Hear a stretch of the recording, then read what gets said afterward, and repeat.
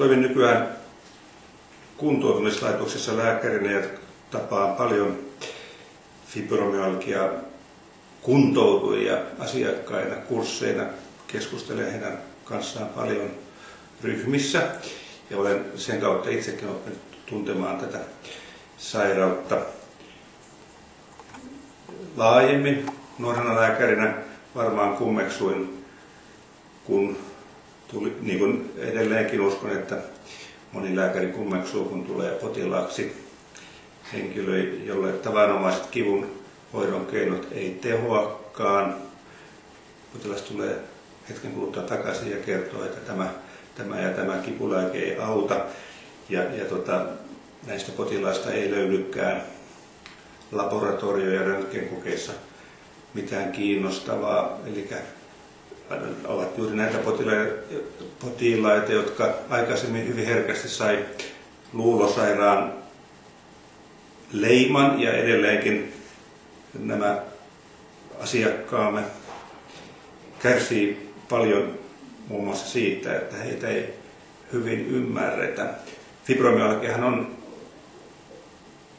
kroonisen kivun sairaus, kipuherkistymäsairaus, jolle on luontaista pitkäaikainen ja vaihteleva kipu, johon hyvin oleellisesti liittyy myös unen ongelmat.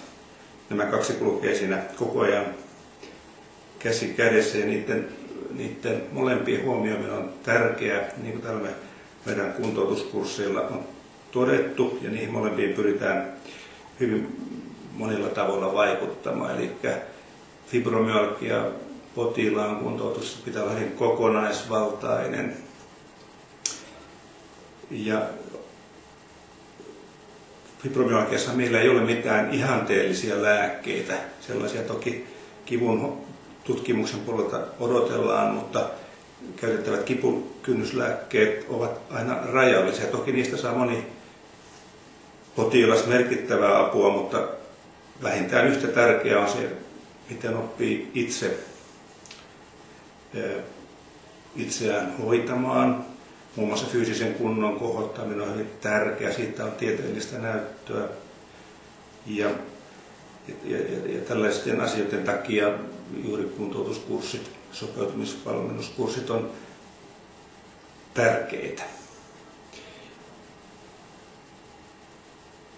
Nyt vietetään toukokuussa kansainvälistä fibromyalgia-päivää ja toivotan kaikille onnistunutta päivää ja hyvää tulevaisuutta ja toivottavasti nähdään kuntoutuskursseilla.